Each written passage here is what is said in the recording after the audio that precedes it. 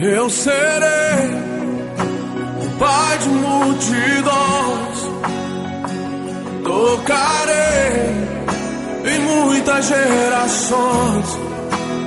Ele é meu escudo e o poder que me salva, a minha torre alta. Pois no dia da adversidade ele me guardará, protegido em sua habitação. No seu tabernáculo me esconderá e me porá em segurança sobre um rochedo. Somente ele é a rocha que me salva. Ele é a minha torre segura. Jamais serei abalado. Aleluia. Somente ele é a rocha que me salva. Então, ela diz assim: é muito bom quando temos a oportunidade de enviar notícias de bênçãos e conquistas do campo missionário. Mas isso nem sempre é possível, uma vez que a nossa humanidade e a fragilidade do mundo à nossa volta são coisas mais tangíveis e reais que o ar que respiramos. Estávamos voltando de Cumbana, em Mongué, com a equipe da IDB de Goiânia e Uberlândia, que está nos visitando aqui em Moçambique. Estávamos tendo uma viagem simplesmente perfeita. Como a maioria que acompanha, eles passam o filme Jesus, eles falam do amor de Deus, e aí várias vidas são conquistadas graças a esse trabalho. Essas províncias são distantes do local que eles ficam, por isso eles têm que fazer longas viagens. Aí ela explica: era só alegria. Éramos 23 pessoas, distribuídas em 4 carros. Eu dirigia o carro que vinha na frente, quando o adolescente Davi, de 11 anos, veio. Ninguém sabe como nem de onde ele veio e colidiu com o carro. Ninguém viu o menino. Tudo o que vi foi uma cabeça batendo no canto esquerdo do carro e ouvimos um barulho. Quando paramos, encontramos um menino caído ao lado da estrada, coberto em sangue e inconsciente. Oramos para que Deus, para evitar o pior, mas era tarde demais. Levamos o menino para o hospital e lá se confirmou. Davi não resistiu, morreu na hora. A família nos surpreendeu incrivelmente e estendeu tanta graça que nos deixou sem palavras. O pai do menino era um pastor e eles vinham da igreja. Nós custeamos com todas as despesas do funeral e estivemos juntos todo o tempo. A família nos pediu para orar por eles dentro da delegacia. A equipe demonstrou amor, união, apoio e cuidado. Além das palavras, não posso explicar. Muitos amigos e missionários em Maputo estiveram orando sem cessar. Recebi telefonemas, mensagens e muito encorajamento de perto e de longe. Eu não perguntei a Deus porque Ele permitiu que isso acontecesse, mas tenho lhe agradecido muito por caminhar no fogo comigo. Sua presença foi e tem sido tão incrível, tão perto e tão presente. Se o diabo planejou isto para o mal, meu Senhor e meu Deus transformou para o bem. Meu coração nunca se sentiu tão forte. Eu nunca me senti tão escondida sob suas asas. Tenho pensado que esta força só poderia ter vindo de um único lugar, o céu. E estou ciente de que meu Pai está derramando isso em meu coração, através das orações de muitas pessoas e de muitos de vocês que oram. E ainda estão orando por mim e pela equipe. Meu coração está escolhendo se esconder no Senhor. Eu estou escolhendo pôr os meus pés sobre Ele como minha rocha. E os versos acima nunca foram tão reais para mim. Obrigada a todos os irmãos que têm orado por mim e pela família. No amor de Jesus, sua irmã Célia. Amém? Vamos orar. Como Hannah leu aqui na carta, a irmã Célia está cuidando com a minha e com a sua oração. Amém? Vamos orar. Deus, Pai Todo-Poderoso, Sim, meu Deus. o Deus que chamou Célia, o Deus que a formou Você é dentro grande, da Senhor, sua tem mãe, protegido o Deus que lhe deu o chamado, a Senhor. tua filha, Nós Senhor. cremos, Deus, que tu estás com ela, que Ó tu estás Deus, com o seu usa ministério. poderosamente. Deus, que tu possa continuar usando a tua filha. Guarda a tua e ela filha, possa, Senhor. ganhar mais e mais almas. Que o teu nome seja glorificado naquele lugar. No coração dela todos Que os haja dias, toda Senhor. a Que ela possa assistência, sempre lembrar, Senhor. Deus, que ela tem um Deus todo Aleluia. que está com ela. Sim, meu Mesmo Pai. Deus que a chamou no passado, Deus que começou a boa obra, é fiel para Aleluia. completá-la. Que o Senhor possa fortalecer o coração dela cada Sim, vez meu que ela Deus. amar, Senhor. Em nome de Jesus, nós cremos no chamado dela, Senhor. Nós temos que irás fazer grandes coisas ainda através da tua filha naquele lugar. Sim, meu Deus. Em nome de Jesus. Amém. Enquanto cristão, você não veio a este mundo à toa. Deus quis que você fosse gerado. Deus te alcançou pelo seu grande amor. E na sociedade que vivemos, as pessoas vivem um dilema. Elas querem que as pessoas façam aquilo que elas dizem, porém a sua conduta é totalmente diferente do que ela faz. Ela diz uma coisa e ela age de uma maneira diferente. E aqui eu vou chegar nos pais e nas mães também. O exemplo, os estudiosos, os professores, a didática do momento diz que o exemplo é o maior ensinamento que se tem.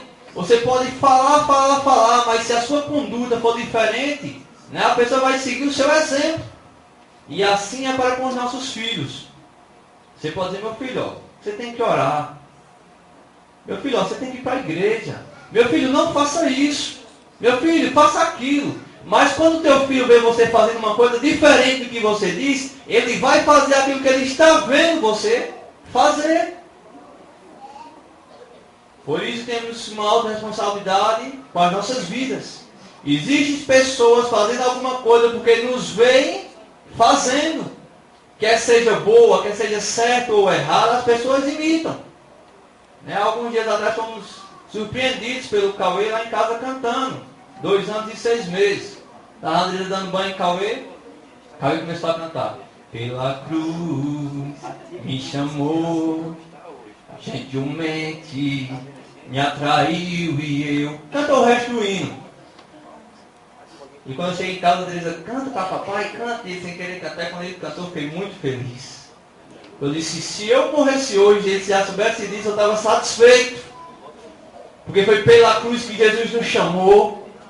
Gentilmente nos atraiu. Sem palavras nos aproximamos e nós reconhecemos que foi porque Deus amou o mundo de tal maneira que deu seu Filho unigênito para que todo aquele que nele crê não pereça, mas tenha a vida eterna. Se nós formos lá para os pais, um grande exemplo, garanto que Isaac aprendeu muito com Abraão. Aprendeu a ser fiel a Deus. Não precisou Abraão dizer, Isaac, tu tem que ser fiel a Deus porque Deus vai suprir. Por quê? Porque Isaac já viu que Deus tinha provido para o seu pai, o cordeiro. Ele deu um exemplo de fidelidade, um exemplo de confiança em Deus. Aquele pai mostra para o filho tudo aquilo que Deus poderia fazer através de atitudes. Garanto que quando Isaac fosse passar por uma prova, o seu caráter fosse provado se deveria ser fiel a Deus ou não, ele seria fiel a Deus porque ele aprendeu que valia a pena ser fiel a Deus. Ana clamava ao Senhor. Eucana tinha 2 esposas, uma delas era Ana, estéril, não tinha filhos. Chegou lá clamando ao Senhor com o coração, que a Bíblia diz que a sua boca só fazia tremer, mas Deus escutava a oração do coração de Ana. O sacerdote pensou que ela estava embriagada e ela não estava clamando a Deus. E ela disse, Senhor, se eu tiver um filho, esse filho eu vou tornar e vou te entregar. Esse filho vai ser do Senhor. De repente aquela mulher vai ter um filho, vão sacrificar, fazer as ofertas anuais, como do ritual. E aquela mulher diz a seu esposo, Eucana, olha só, Eucana, eu prometi a Deus que eu iria devolver o filho a ele. E na hora que ele for desmamado, eu vou tornar e vou dar ele ao Senhor, para que ele passe todos os dias de sua vida com o Senhor. Ele disse, faça-se assim para se cumprir a tua palavra para com o Senhor. E quando aquele menino foi desmamado, ela foi lá em Eli, um sacerdote entrega seu filho, e ano após ano ela ia visitar aquele filho, ele crescia no conhecimento do Senhor. Ele começava a ter intimidade com Deus, Deus começava a falar com ele, e ali se afastando da presença de Deus, sendo negligente para com seus filhos. Os filhos de Eli, que seriam futuros sacerdotes, começaram a fazer aquilo que era mal aos olhos do Senhor. E ele, como pai, começou a alisar a cabeça dos filhos, que nós não vemos isso hoje em dia, graças a Deus não tem nada disso não, né? O filho faz as coisas erradas, oh, que coisa linda, rapaz, como é bonito. Quebra a televisão, para, cara, que esse menino está inteligente, rapaz. Rasga a Bíblia. Eita, esse menino está ficando sabendo mesmo. Ele está aprendendo o que não deve, e nós, como bons pais, exemplos, temos que repreender. Lembra quando a gente era pequeno, na cozinha desenvolveram um chicote na cozinha, que ela tirava da árvore lá. Éramos 35 netos. Nunca, lembra eu botei uma mercearia, que a gente sabe, né? Tem uma bodeguinha. Ninguém nunca tinha coragem de pegar um confeito escondido. Porque o preço era grande, que seria pago. Porém, na sociedade que nós vivemos, os filhos estão dominando. Estão colocando terror nos pais. Fazendo escândalo em mercadinhos, em lojas, quando vê uma coisa, e o pai tem que ceder e tem que fazer. São filhos que quando crescerem, vão botar terror não só nos pais, mas na sociedade que vivem. E nós, como bons pais, exemplos, temos que ensinar o nosso filho no caminho em que ele deve andar. Amém? Abra logo sua Bíblia lá em João 3,16, nós vamos ler outro capítulo. Só vou citar apenas outro aqui. 1 Samuel, do 20 ao 28, é quando a gente encontra a história de Ana. Salmo 127, versículo 3 diz: eis que os filhos são herança do Senhor. Nossos filhos são do Senhor. Você como filho, você é do Senhor. Você como pai, você é do Senhor. Senhor. Glória a Deus. A sua vida é do Senhor. Verdade, Senhor. Como disse esses dias atrás aí o pastor Paulo Duarte, né, nós vivemos numa fila invisível da morte. Nós temos que viver todo dia da nossa vida como se fosse o último dia e vivermos da melhor maneira possível. Que de repente não chamar a ficha 45, ou a 50, ou a 70, e essa fichinha pode ser a sua e pode ser a minha. Por isso, temos que entender que nós somos herança do Senhor. Fomos gerados porque o Senhor quis. Estamos vivos hoje porque o Senhor quer. Vamos estar vivos amanhã se o Senhor quiser. Verdade. Autorresponsabilidade do cristão. Provérbios 22, versículo de número 6. Vamos ler só esse daí antes de nós passarmos lá para a palavra. Provérbios 22. Provérbios 22, versículo de número 6.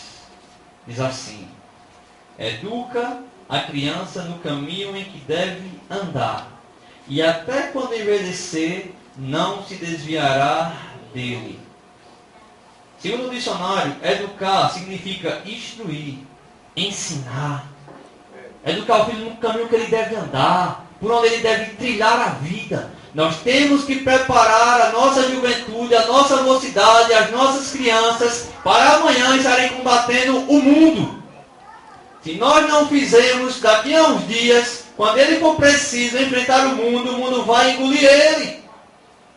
Porque nós somos negligentes. A nossa autorresponsabilidade nós não tomamos conta dela. E o mundo está aí aguardando. Daqui um dia o meu filho, que tem 2 anos e 6 meses, 7 meses fez agora, 2 anos e 7 meses, daqui um dia ele vai ter que ter a vida dele. Vai ter que tomar decisões, fazer escolhas. Escolher onde vai trabalhar, com quem vai casar, o que vai fazer, entre o certo e o errado, qual a decisão que vai tomar. O meu papel enquanto pai é ensinar o meu filho no caminho em que ele deve andar. Senhor. Vamos chegar agora numa parte muito boa. Cada um de nós somos pais. Sonhamos muitas coisas para os nossos filhos. Planejamos algo. Vou dar um bom estudo. Meu filho vai ser, no Brasil assim, vai ser primeiro jogador de futebol. É o primeiro sonho para quem é homem, né? Mulher ser enfermeira, ou cuidar de animais. Vai chegando aí, vai ser um advogado, vai ser um juiz. Meu filho vai ser um professor, vai ser um doutor, vai ter um mestrado, uma pós-graduação, vai ter isso, vai ter aquilo. E até mesmo os cristãos temos ouvido pouco, se meu filho fosse um missionário. Meu filho vai ser um pastor. Meu filho vai ser um profeta dessa geração. Meu filho vai ser uma bênção para essa humanidade.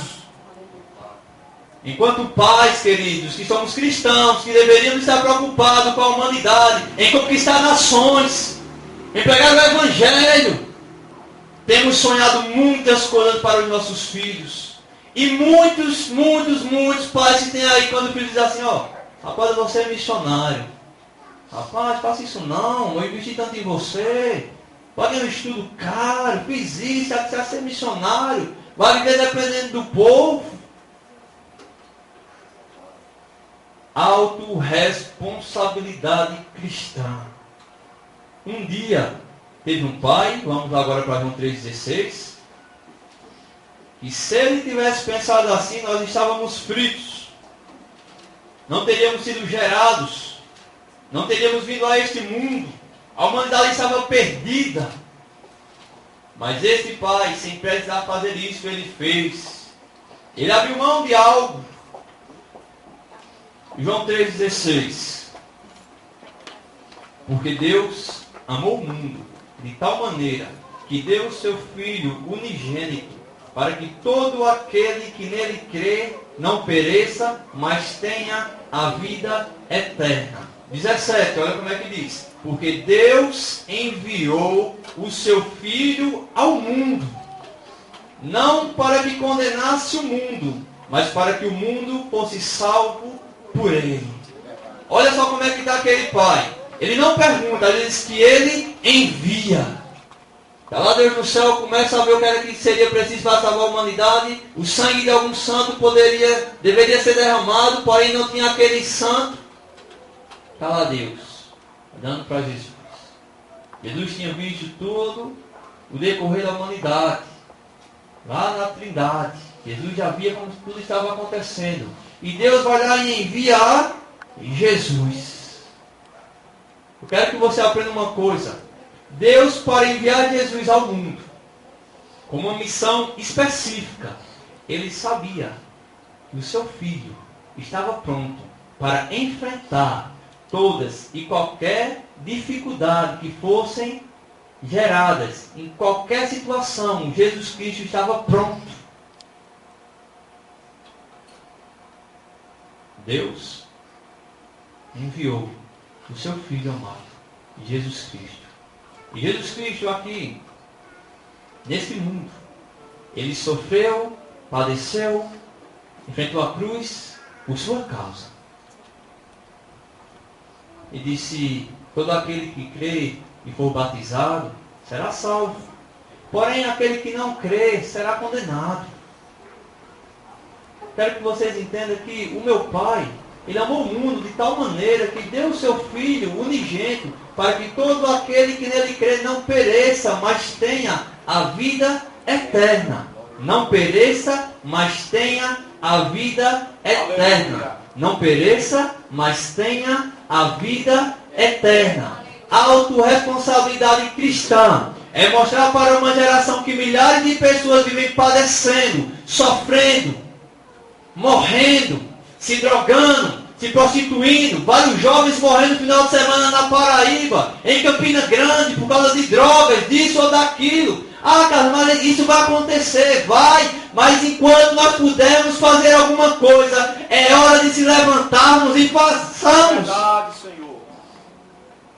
Certa vez, o profeta Elias, andando, caminhando, deu lá uma mensagem que não iria chover, de repente passou o tempo, ia chover, ia cair uma grande chuva, ele resolve desafiar os profetas de Baal, vai lá e vence o desafio. Além de vencer o desafio, ele vai lá e mata, executa os profetas de Baal. De repente, a esposa lá do rapazinho diz o quê? Tão certo como o ar que eu respiro, amanhã essa hora tu vai estar morto. Vai acontecer o que você fez com os profetas de Baal. Acontecerá contigo. E aquele profeta que Deus tinha usado poderosamente no decorrer da sua vida, tinha provado para ele que era com ele. Aquele profeta resolve ter medo e entrar dentro de uma caverna e se esconder. Eu já fiz muita coisa, Senhor, é minha hora, me leve. O Senhor vai lá, manda um anjo, alimenta, acorda, come, dorme. De repente o Senhor manda um anjo lá de novo, come, dorme, diz, te prepara, porque muito longo te é o caminho. De repente o profeta começa a andar, entra dentro de uma caverna, e Deus lá do céu vai lá e diz, ei, Elias, Elias, o que é que tu estás fazendo aí dentro da caverna, homem? Não, Senhor, porque os profetas eu matei lá, eles procuram me matar agora, tal. Daqui a pouco Deus de novo, Elias, Elias, ei rapaz, o que é que tu estás fazendo dentro da caverna? Te prepara, porque muito grande te é o caminho. Tu vai sair daí, tu vai levantar outro no teu lugar, outro líder, outro profeta, vai fazer isso e aquilo, aquele homem se resolve confiar em Deus, sai dentro da caverna e Deus usa ele poderosamente. E você, como profeta de Deus, profeta 2013, geração de adoradores, muitas vezes já fez muitas coisas, já provou do amor de Deus, já provou quando Deus te ama, já provou o poder de Deus, já viu Deus manifestar através de você grandes coisas. De repente um ataque qualquer que o inimigo deu na tua vida, quer seja pequeno ou grande, às vezes é um resfriado, é um ataque grande para paralisar uma fé. Às vezes são coisas que acontecem que paralisam a fé de alguém e leva essa pessoa a entrar para dentro da caverna. Eu convido você nessa noite a ouvir a voz de Deus, perguntando a você, o que é que você está fazendo dentro da caverna? Sim, meu Deus. Rapaz, eu conto contigo. Eu mandando lá fora sofrendo, tu estás dentro da caverna, tu sabendo que eu sou Deus. Você sabendo que Deus, nosso Pai Celeste, não quer que ninguém pereça, porque Jesus Cristo veio ao mundo não para que condenasse o mundo, mas para que o mundo fosse salvo através dele. Amém. Aleluia, Jesus. Graças a Deus. Quero que você pense que ataque foi capaz, como diz Ludmila, de fazê-lo olhar para trás e querer desistir. Que terrível arma foi capaz de paralisar a tua fé, de cerrar os teus lábios e te enfiar dentro de uma caverna. Caverna não é lugar de profeta. Profeta tem que estar aí dizendo o que vai acontecer, o que Deus quer fazer, o que Deus pode fazer e mostrar através do exemplo, não de palavras. Ele disse que não ia chover e não choveu. Ele disse que ia chover e choveu. Ele provou para o povo lá de Baal, para os adoradores, que ele servia a um Deus que verdadeiramente era Deus sobre todo Israel. E quando ele terminou o desafio, todos se prostraram e disseram: quem era o verdadeiro Deus? É o Senhor, Deus de Israel. Eu quero que você entenda uma outra coisa. Autorresponsabilidade cristã. Pessoas doentes, pessoas enfermas, precisando de oração, pessoas designadas por médicos, lá no leito dos hospitais, pessoas que cuidam por você na via que você anda diariamente. Amigo seu, parente seu, precisando de uma oração. Assina a televisão para ver se alguém vai fazer uma oração. E você ali bem pertinho, sabendo que Deus é contigo por onde quer que você andar. E você com seus lábios cerrados, esquecendo que Deus gerou você nesse mundo com uma missão. Te chamou, te lavou, te remiu para você pregar o Evangelho poderoso. O Evangelho que cura, liberta, salva. Deus, a Deus. Você que é pai, que às vezes não valoriza o sacrifício de Deus. e abrir mão do seu próprio filho, eu queria que você se colocasse no lugar de Deus. Se você entregasse o seu filho para morrer por outra pessoa, e no outro dia você visse as pessoas, ele morreu porque ele quis. Rapaz, meu filho morreu, mas por tua causa, pagou o teu preço. Você agiria de uma maneira diferente. Se fosse o teu filho, tu agiria de uma maneira diferente. Autorresponsabilidade cristã. Quero que você saia daqui da mesma maneira que vários profissionais têm uma grande responsabilidade. A sua, ela é maior. Porque a sua é uma eternidade que está em jogo. São vidas, são famílias, são pessoas. E precisam entender e ouvir falar que um dia Deus amou ele de tal maneira e entregou seu Filho unigênito para que ele pudesse crer, para que ele pudesse viver uma vida em abundância. Essa foi a missão de Cristo. E ele também nos deu essa missão. Ide por todo mundo. E o quê? A quem? Não, é só os bonitos e os cheirosos, não? Não? Só os bonitos não, Zelso? Não, meu querido, é a toda criatura. E quando a gente vê aquele camarada assim meio diferente, eita, eu vou ser assaltado, rapaz. Precisa ouvir Jesus ou não? Sim ou não? Sim. Quando eu vou dando aí, rapaz, ele está bem fedendo, vou ficar fedendo. Quer ver? Precisa da palavra de Deus ou não? Deus entregou seu filho no lugar dele ou não? Sim. Sim ou não? Sim. Isso agora foi mais fácil, porque estava só fedendo, né? Jesus Cristo morreu por todos. Verdade. Imagine o pior traficante de Campina Grande aí. Aquele que mata um bocado de gente mensalmente para defender o seu ponto. Deus é capaz de transformar a vida dele. Aleluia! O poder de Deus manifesta na vida de muitas Sabe é o pessoas. teu nome. Esse dia eu estou num grande desafio. Estou evangelizando um católico. Aquele que é seguro. Toda semana está numa procissão. Entrega um negócio junto com o padre. É um dos obreiros lá da igreja. E eu comecei o desafio com ele. Dá uma palavra, ele vai para casa, estuda, se prepara, vem de volta. Eu disse, mas Zeca, lá me chama de Zeca no trabalho. Eu vi a história de Paulo, que cabarminho danado era aquele, meu amigo? Esse rapaz, o bicho era ruim mesmo, para você ver. E Deus disse que ele era um instrumento valoroso para Deus. E eu estou trabalhando com ele, vai fazer 1 ano. Ele já conhece a Bíblia muito mais do que muitos cristãos, viu?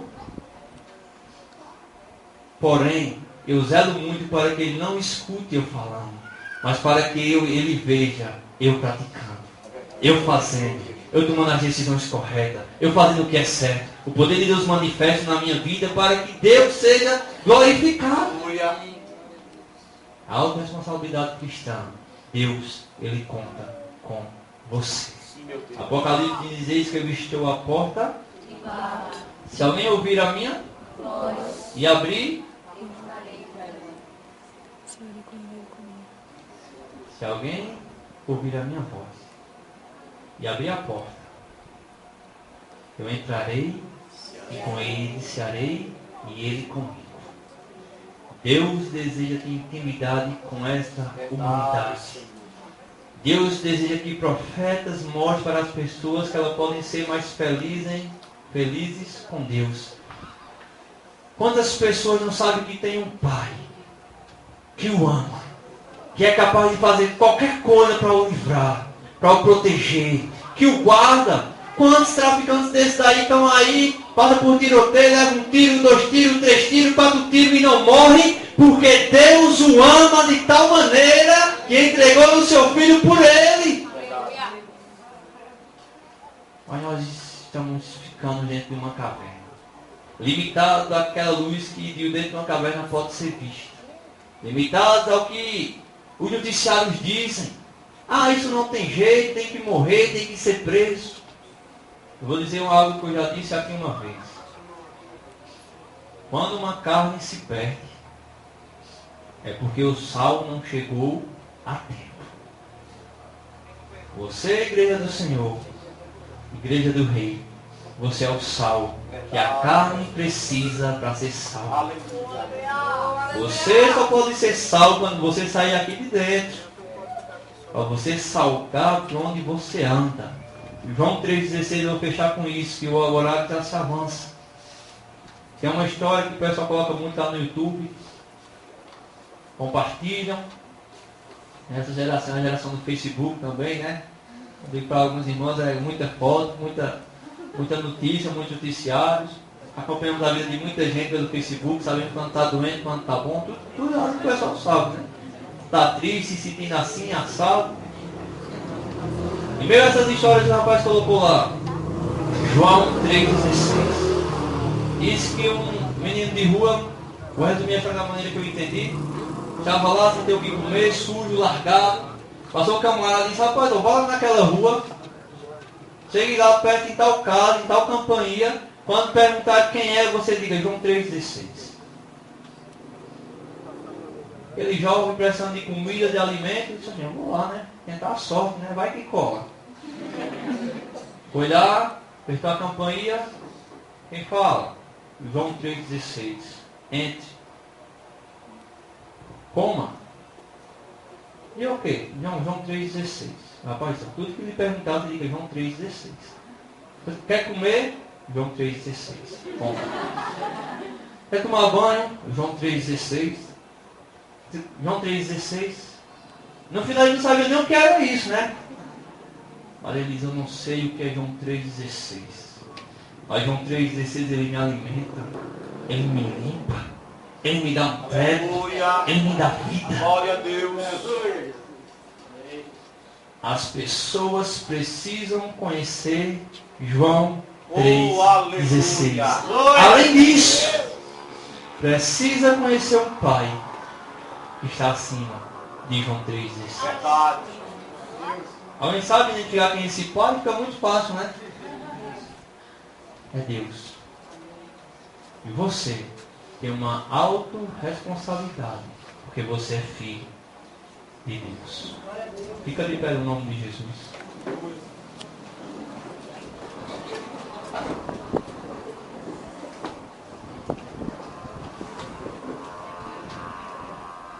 Eu não vou louvar porque eu não sei, mas eu vou dizer para vocês entenderem. Essa palavra, né, ministrada aos nossos corações, para que ela possa gerar em nós algum tipo de fé que te faça fazer alguma coisa para o reino de Deus. Eu não vim aqui para você dar glória a Deus, aleluia, e transmitir aquilo que Deus colocou em meu coração, para que você não glória a Deus, aleluia, não, mas você saia daqui refletindo no que você pode fazer para o reino de Deus, que Deus conta com você, que você tem uma autorresponsabilidade.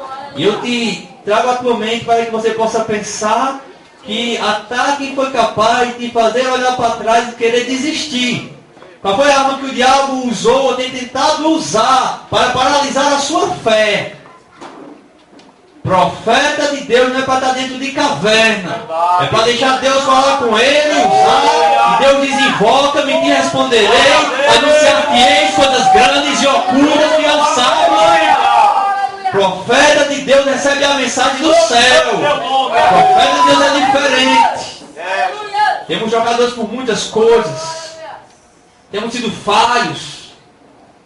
Aberto mão dos céus por muitas coisas. E sermos profetas de Deus por besteiras.